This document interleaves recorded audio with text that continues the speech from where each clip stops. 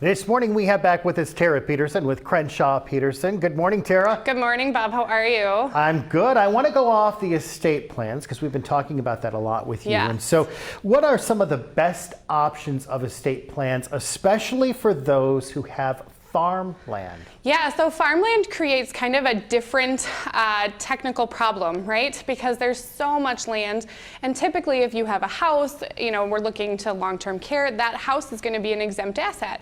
But when you're dealing with farmland, the value tends to go up rather quickly, especially right now. Our farmland is worth quite a lot of money. And so farmers are tending to lose some of that or having to sell that off for long-term care, as well as having issues down the road when it comes to inheritance, right? So when we're looking at long-term care, we might decide that we want to put that farm into a different entity, take it away from your estate, put it into an LLC, set it up in a separate trust with additional people on there. Whatever the case may be there, we want to make sure that that farmland is going to be protected long-term, especially for long-term care. Absolutely. So there is a way to protect long-term farmland. Yes, absolutely. And then on the inheritance end, we also want to protect it long term. A lot of people have children who are farming it for them.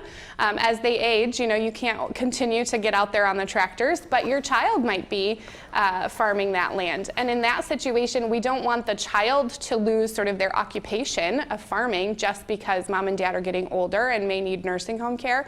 And so there's different scenarios there that we can ensure that the child gets to continue to farm, as well as maybe inherit. In that situation, if you have, let's say you have 3 children and one of them is farming the property, how do we work out inheriting that much value in land? Because the land is very valuable. And so we can set up different life insurance policies, different trust values, offset the other estate assets so that the other children are getting a lot of that. Set a specific price. A lot of clients will do that. They'll set a specific price for the farmland. And that way, that child still has to buy it from their siblings, but it's at a specific price rather than the children fighting over what the value is. You're always so interesting because you bring up things that people don't necessarily think about until you have to start thinking about it. And the key word is there are options available. There are options available. There are so many options available, and we really just need to dig in. So we need to find out the family dynamics, find out what our goals are, and come up with the best plan for you. Well, we have your information on the screen, Crenshaw Peterson and Associates PC. You can go to CrenshawPeterson.com or give them a call at 347-2100. Thank you, Tara. Thank you, Bob.